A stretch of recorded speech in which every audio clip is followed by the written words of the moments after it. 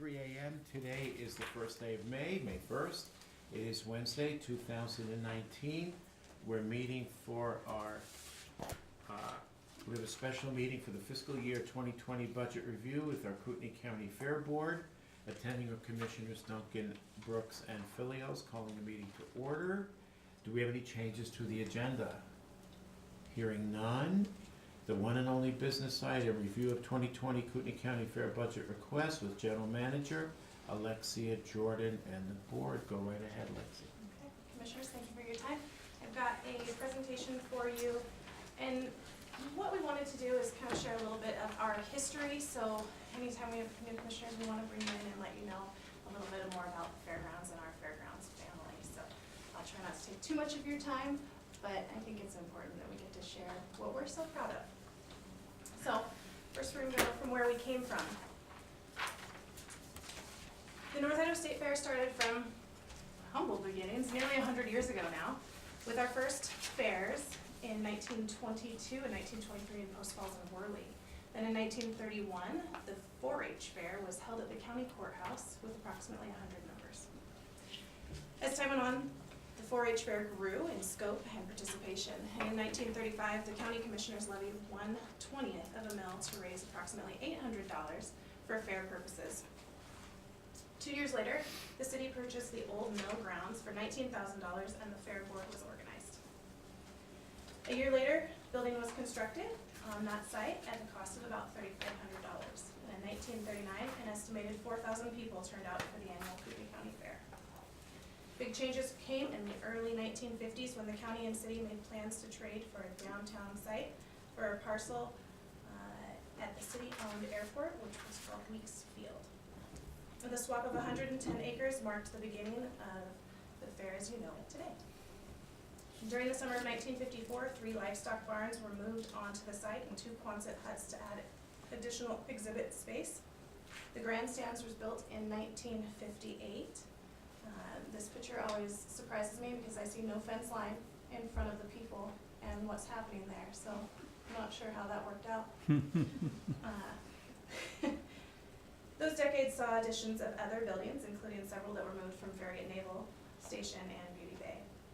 In 1985, the Fair Board recognized that the need for some type of year-round facility was necessary and provided a 20,000 square foot indoor heated and lighted exhibit space.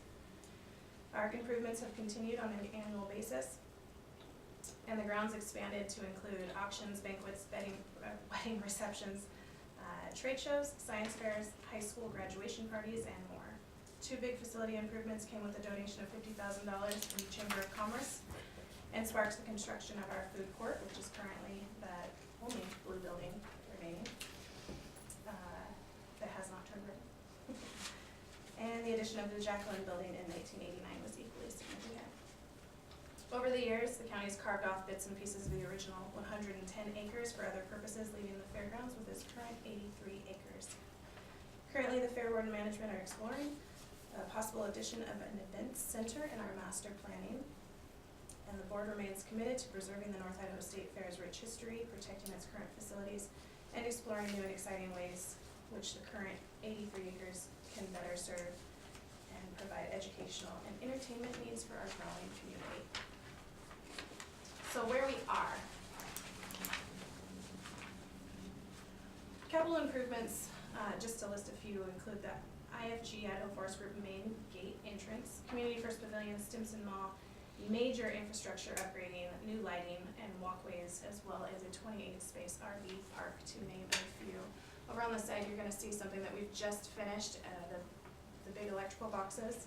We just did a huge upgrade on the South Midway, which will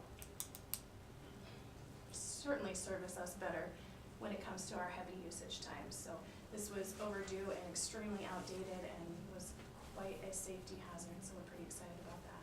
And below is the what we call the Silver Buckle Club. It's a raised platform with ADA seating and accessibility.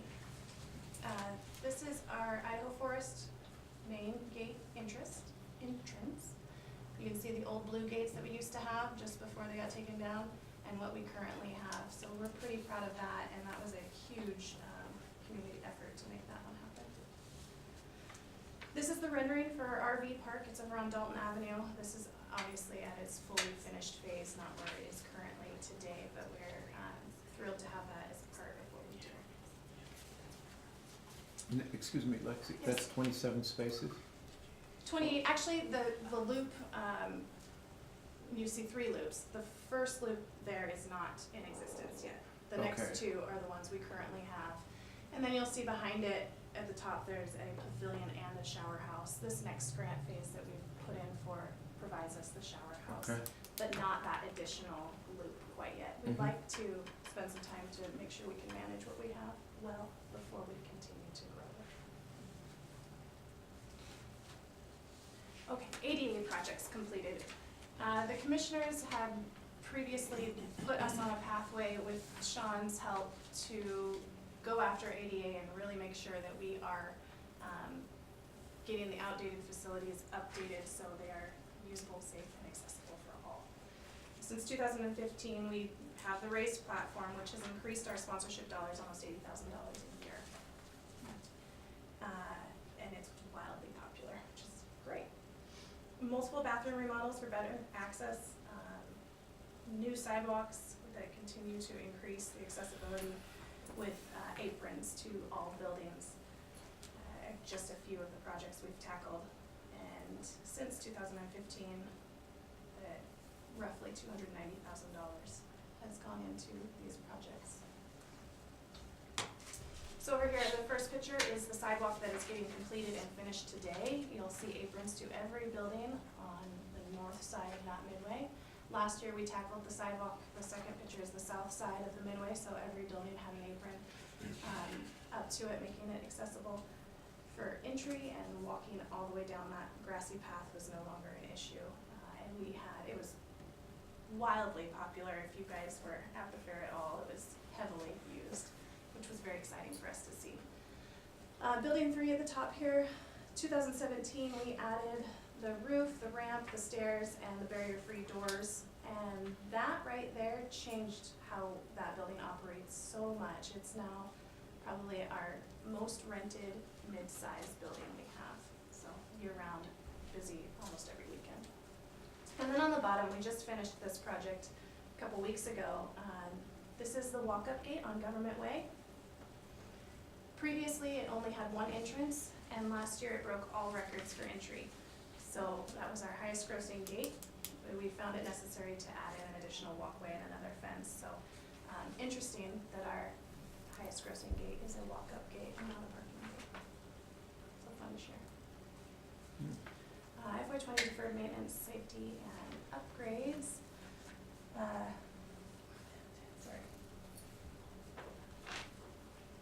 These included fixing leaks to old buildings, replacing roll-up doors, new heating units that were extremely outdated, and lighting.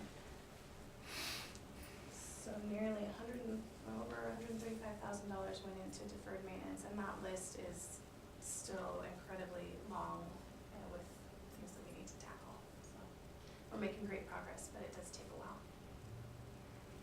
Here you can see the midway when it was blue, and now it is red. Since we've made it red, those beautiful doors went in last year. Those doors, all the materials to make them have been 100% donated to the Fairgrounds, and my very talented staff made them. And then gardens and that beautiful trellis that's there, I don't know if you call that a trellis, was donated by incredible craftsmen here in the area. So it's just a lot of community support and love that goes into what we do every day. Building 4 is now the Odom Coors Stampede Room. You can see the before and afters there of the full remodel. Everything that we did in that building was donated by either free labor or goods and services from businesses within Kootenai County. It's made this building 100% year-round usable because it did not have heat before. And it's, again, now sponsorable, so we get additional sponsorship dollars because we have a nice building to put in front of folks. And we added 88 restrooms in that building as well. Good. There weren't any up on that area of the Fairgrounds before. And our one and only family restroom is in this building as well. And that's the beer. Yeah. It's good to have a restroom in the beer. Yeah, we had 2 at that, so. You never know. So we're always looking for ways to generate new revenues. As simple as boat storage in the buildings that we don't rent in the winter months, to renting or purchasing tables, chairs, pipe, drape, staging, so we can rent these out. These all help us become more sustainable and create new revenues. In addition to that, things like the RV park, which is on this list, was another way that we could find additional funding so we could continue to do what it do at a greater capacity. Cost saving measures is another thing that I feel we are exceptional at. Again, with the community support, we're able to put on a summer service day. Typically around 600 people will show up, and we're able to get done so many projects that my staff will never have the time to get to. So both of those you can see folks working on our summer service day. But in addition to that, Sean can attest to that we are able to get so much done out of a dollar because of the goods and services and support we get from our community. Sheriff's labor program is very important to us as well as community service. They come in and we get tons of skilled folks that come in and then they'll continue to donate their time even after community service, which is impressive. These are just some of our community partners. The list goes on, but just great folks who are always there to help us out at a moment's notice and are invested in what we do. So where are we going? All of our projects in 2019 are connected in some way to create cost savings, increase our revenue, or improve the ADA and safety on the facility. And we remain very focused. Transmittals from 2015 to 2019 you can see here, and you've got the spreadsheet in front of you as well. The county has contributed $400,000 towards the fairground for ADA improvements and some infrastructure upgrades. Over time, we've completed nearly $1.5 million in these projects since 2015, which include capital, ADA, and deferred maintenance, minus out your grant funding that was sought after by Fairgrounds Management and the county contribution. The Fair Board has invested $219,000 of their own earned revenues to help maintain this facility. So we have big plans for a bright future. This list, and you had asked me when we met last week to put priorities, so I put numbers on things as I see them a priority. First one in my mind is replacing the wooden steps to the grandstands. Again, built in 1958, those steps are in need of some love, and not just a little love. They need to be replaced so they are safe. Parking lots. If you came to any events this year, you'll notice that even though we try to get grading done and gravel in, we have a lot of parking to attend to, and we don't have the funding to come up with, and I can only beg and borrow it from people as much as they can afford. So that is certainly going to be a cost in the next year. Additional elevated seating and more ADA seating in the grandstands is necessary, not only to make sure everybody is accommodated well, but we have sold out shows that we could provide additional revenues if we had the additional seating for it, so very important. Paving additional handicap parking spaces in both the Jacqueline and Arena Gate are another project that we feel very passionate that needs to be accomplished soon. And the list actually goes on and on from there. So we have a lot of needs and we have a lot of dreams that come with that, and I know you were focused on the needs, and I'm here to tell you the $200,000 would go a long ways in helping us get to where we need to be. So with that, our request for Idaho Statute 22206, we respectfully are requesting an increase in the county's annual contribution to $200,000 for FY20. This will give us the ability to truly invest in the facility without jeopardizing our operations, but provide our community a facility that offers exceptional events and a world-class international award-winning fair that you all can be very proud of. So, thank you. Good presentation. You're welcome. Questions? The funds from the RV, what are they going to be used for? Well, we've estimated revenues from that into our budget this year. So again, we are continuing to take and invest, and we have not increased our fare budget, so it's gonna go back into the facilities, given it sells well. It is the first year in operation, so it is a fictitious number, basically. So we're hoping it's better than what we've plugged into our budget. Okay. So what constitutes the 200,000? How did you get to 200,000? In history, previous to the last 5 years, you guys traditionally gave us the $100,000. That went a lot further then than it does now. So we would like to get back to a place where we can realistically make the improvements to the facility and keep the updating. 200,000 seems like it would be fair and maybe doable. Okay. Well, last year we gave you 75, right? Right, and the year before that, 150. 150. So, And that and was part of because it, Sean kept, and part of it we kept. So, In 2019, we gave them 75. In 2018, it was 175 with 125 to support operations and 50 to ADA. Then 2017, the whole 100,000 went to ADA. And then prior to that, from 2012 to 2015, it was 75. Right. Now, the there 150 was and 100 prior to that. the 150 in FY16 was largely due to the ADA. Is that correct? Yes. Okay. Here, we kind of, Yes. a while back, needed to address deferred maintenance and ADA to get to a standard. We've worked really, really hard to follow what the commissioners have set forth for us, and Sean, with Sean's help, I feel we've done that and shown that we can stretch each dollar you give us to its maximum capacity, unlike, I think, most other entities probably could, thanks to your community support. So we really, go ahead. Just a point of interest, the previous commissioners violated state law when they held that money and put it in Sean's account.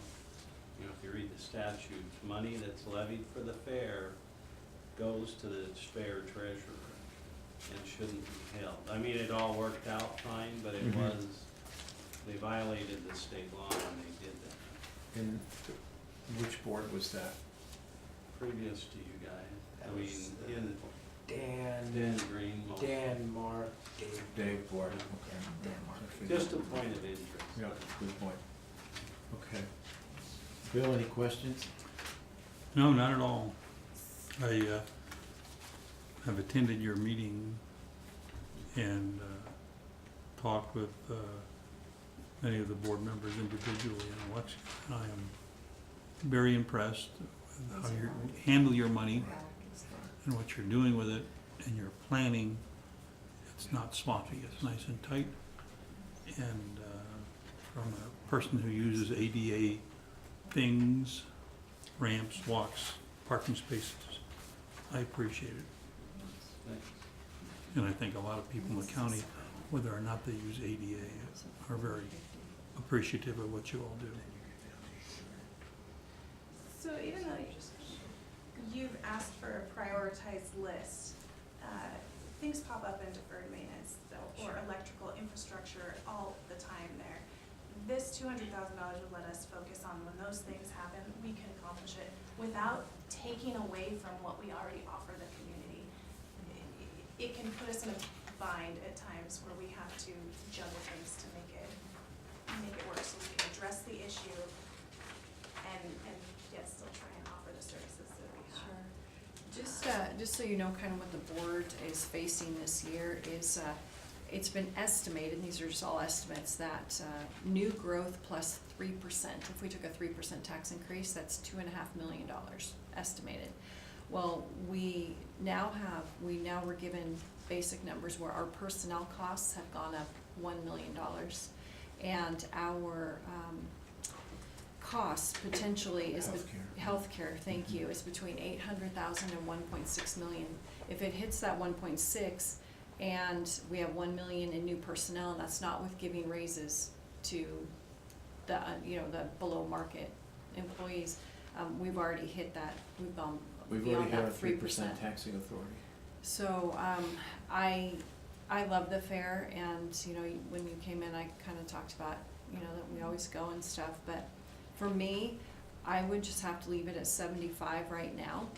And I understand everybody's feeling it, everybody really is, you know, feeling it, but right now, those are, you know, kinda hard costs that we're looking at. So, that's just kinda where I'm looking at things right now.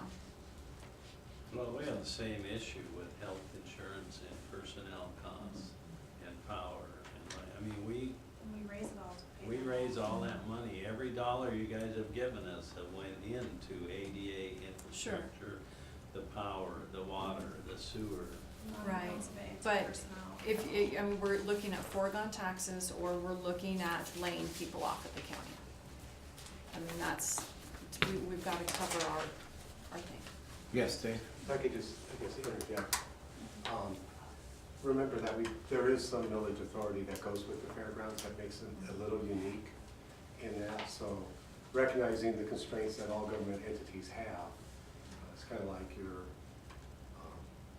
aquifer, any of the other ones that you're collecting some additional. So at the very least, what's being collected, I think, has exceeded that 75,000. So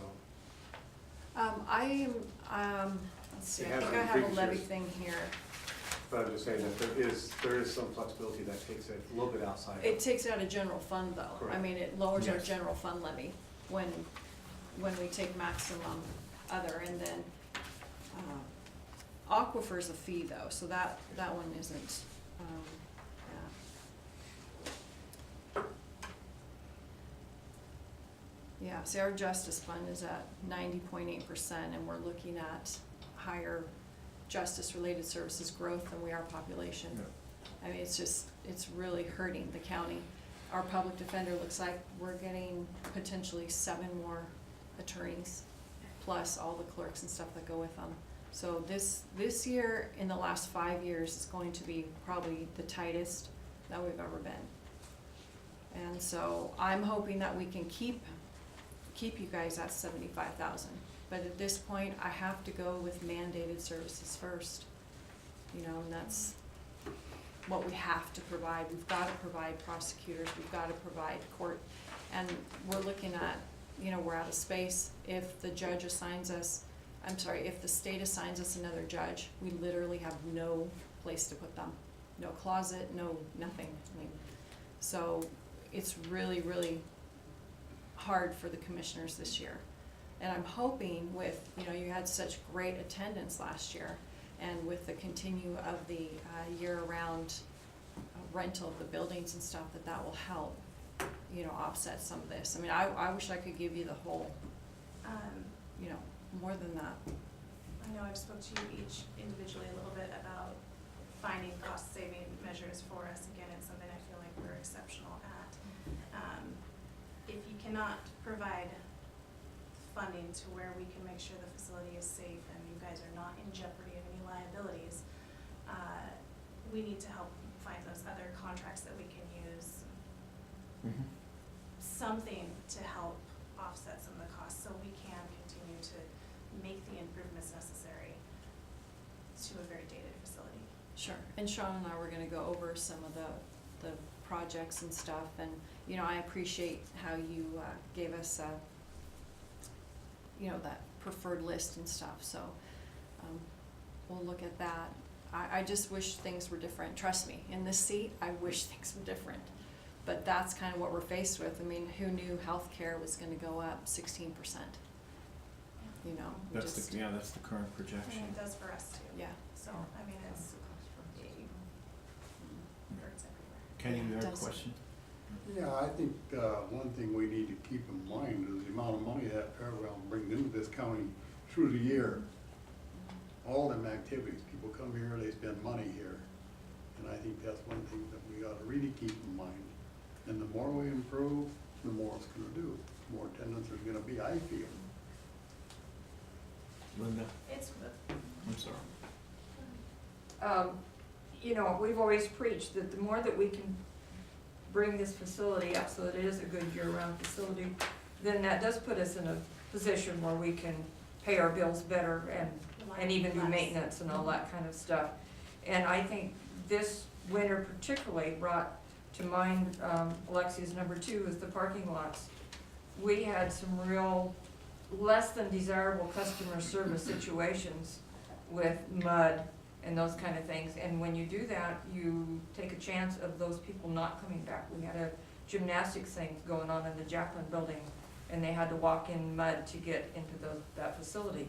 The chances are of those coming back is greatly diminished. And so that's the things that we've got to take care of if we're gonna look at renting that place year-round and making a profit off of it that we can put back into maintenance. You can only get so much gravel done. Yeah, we only get so much donated, we have to. You know, it'd be nice to have it paved, but at least wise gravel would be an addition and a plus. Joe, go ahead. Commissioner Fields, the Fair Board is kind of a unique board. It's set up through state statutes what transpires. We've got 3 entities, I guess, the Waterways, the Fair Board, the EMS Board, that their budgets are incorporated into the county's budget as well. Right. And so, sometimes the view of the fair is kind of the least important of those 3, I would imagine, sometimes in people's minds. But what we've suffered through is a lot of neglect over a lot of years. You folks have picked the board that represents the fair to you, before you. And we've been pretty diligent in how we've tried to kind of restructure things and make things better for our community. But one of the comments was the economic impact that we bring into Kootenai County is huge. A lot of people come year-round, not just for the fair, but other times of the year, for all kinds of activities at that facility. But we've got to maintain the facility, and we've had to take current monies to remedy things that happened years ago, or the lack of construction or care, what have you. And we're trying to catch up. We've caught up rather well with the ADA improvements over the last few years, and we'd like to continue to get it to the level where it has to be, it should be, and make it as safe and comfortable for people as possible. But it kind of takes the steam out of us when, you know, we understand that everybody has budgets and whatnot, but the value that you place on what we're asking, we're trying not to over-ask, and we're trying to ask for what we need so that we can continue on the path that we've started over the last 3 or 4 years of really getting some things accomplished. So I guess the best we can do is ask for your thoughtful consideration. And We're in a place of it growing hurts pains when as you guys are. it gets cut back. We It's like, here we go again. we have the opportunity to move forward in a way that we've never been able to move forward for, but we need your guys' help to get there. And I'm desperately asking you to please keep that or try and increase it a little bit. What people I- haven't realized, we've got 4-H kids that go out and they have a fundraiser to raise $80,000-$90,000 to buy pins In a for the fairgrounds. We've had the horse folks do the same, you know. There's a lot of money raised outside that go into that fair that we don't have to spend county dollars or even profit dollars. It's extra money that's raised so that we're state-of-the-art and as modern as we can be. But we need some of the help from the county as well. State statute allows that. How it affects your budget, we don't have any control over that, but because all budgets are affected, please don't affect ours so bad that it stops the progress that we're having. Well, and I mean, I appreciate the work you've done. You guys have worked hard. You've done great community outreach and have support. And, you know, and I do appreciate that. And the fair has improved greatly in my 20 years that I've been here. I remember first year I entered I entered a dozen things, got 10 ribbons. I mean, I was all into it. It was great. But I'm looking at mandated services. I'm not even looking at waterways or things that are not absolutely required by state statute. You know, and I know it is, you know, with this great economy, there's downsides to it as well. And so we're just looking at, you know, having to provide some infrastructure and from some other things that it's just, in me looking at it, we'll have our first big meeting on Monday to see how many millions of dollars we're gonna have to cut back from the ask versus what our 3% is. And that's 3%. We've gotta go out as a board and sell a 3% tax increase. And in Kootenai County, you know how difficult that is.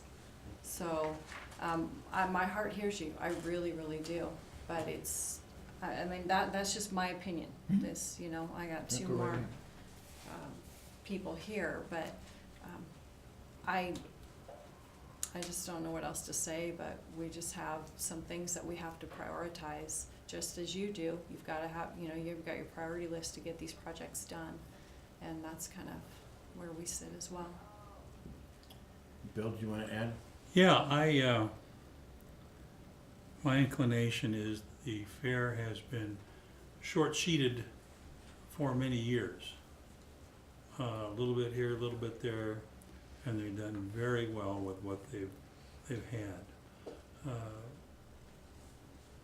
I'm very impressed when I see the number of community sponsors that you have and the efficient way that the fair handles its money and gets its work done.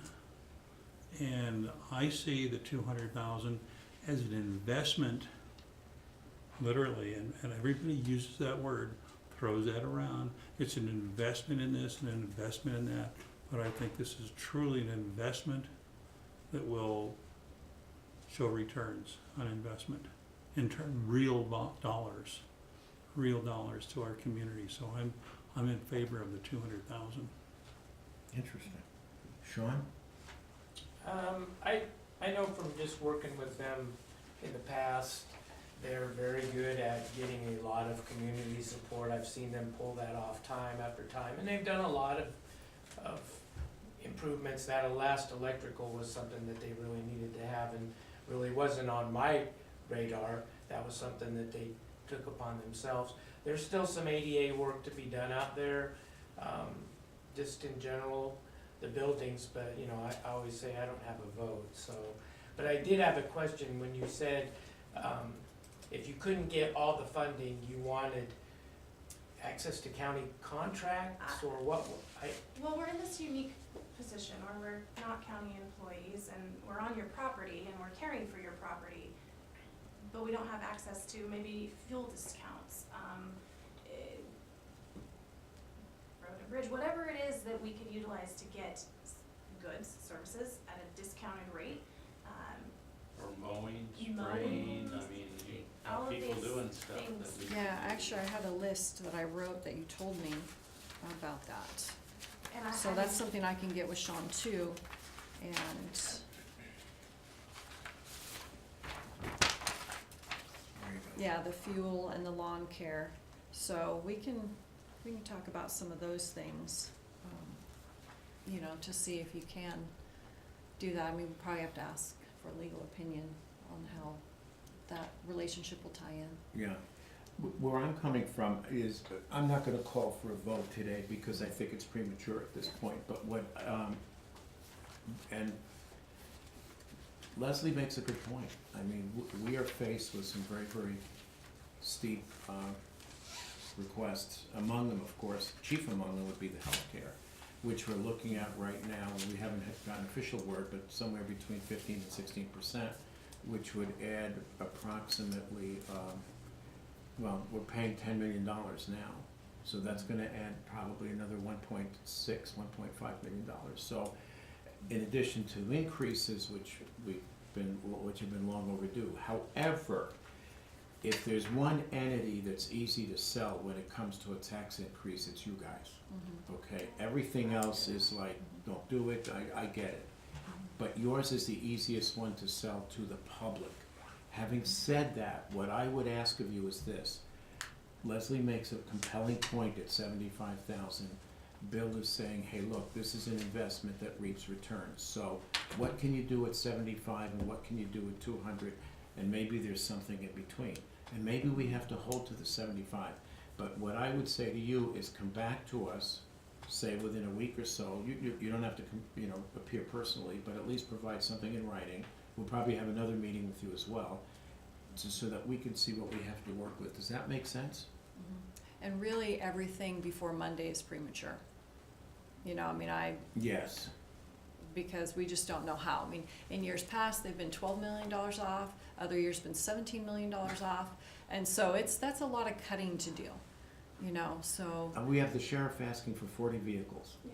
If 40 interceptors at 74,000 a pop, do the quick math. $3.5 million or something, There goes all, we exceed our taxing authority. Yeah. 3 cars. 3 Oh, cars. you mean we're only gonna give them 3? No. 3 cars would take care of the problem, wouldn't it? Yeah. Go check his parking lot. You bet. Anyway, and that's, yeah, go ahead.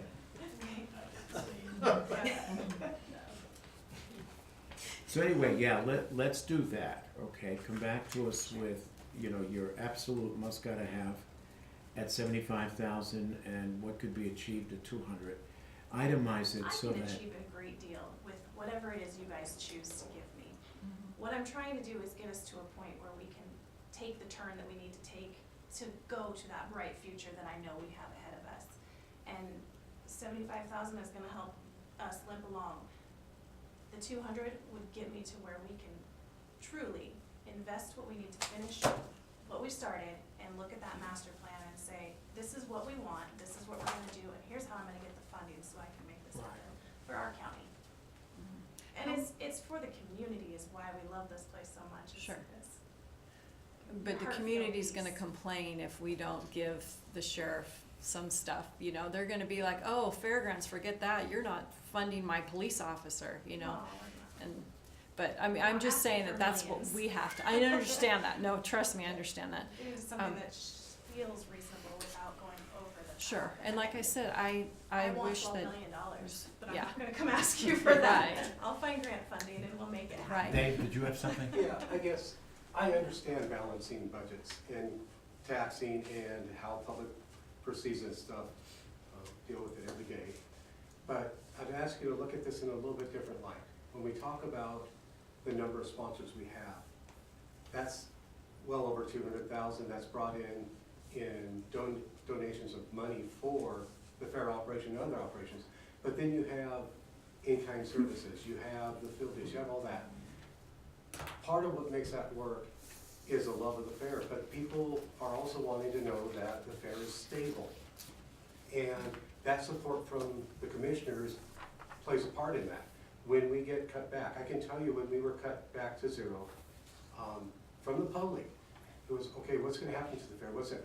The amount and the ability for us to fundraise and to get those people to spend their time, their dollars, whatever, it becomes very tenuous. So there's a balance in there that you don't see. It's kind of like all our utilities going underground. People don't see that improvement as much as it's needed. But having some of the revenue coming in from the county, it makes them feel comfortable. Okay, it's being supported. It's considered a value. I understand that there's a million needs out there, and you're just getting the tip of the iceberg right now. But you cut it too far, and it affects how much money we can raise, Exactly. how much people will be willing to put in of their time, their labor, everything, the materials. So please look at it that way too. There's kind of a multiplier on both sides. When you get more money, it's a positive multiplier. When you lose money or don't keep up, there's a negative multiplier. And I think that's what we have to be cognizant of. I can add, and we're gonna have a tough year, and we're gonna do the best we can. But I know an investment when I see it versus a list of wants. This is not just a list of wants.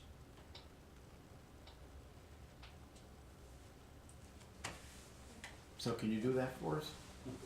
Yeah, I mean, you can, I'm gonna still say I want the 200,000. Oh, I understand. Because He's asking for we the need projects. it. Yeah, I'm asking for the specifics, And- because at and- some point, we're gonna have to make the hard choices. And if we don't have the list, then we're being So- arbitrary. No, you'll have some. Okay. Okay. Thank you. Fair enough? Thank Yeah, you. Sean, go right ahead. One last thing I forgot to mention, Right now, they still have $39,000 towards ADA stuff, so that's still what you have on the books. Right, and it will be gone within the next month. Right, and so- we're working on Mhm. the sidewalks It's the and stuff sidewalks like that, and- so I did wanna Right. mention if somebody said, well, they still have 39,000 on the books, they Right. do, but I'm already processing, you've seen the payables, they're coming through for the fair, so.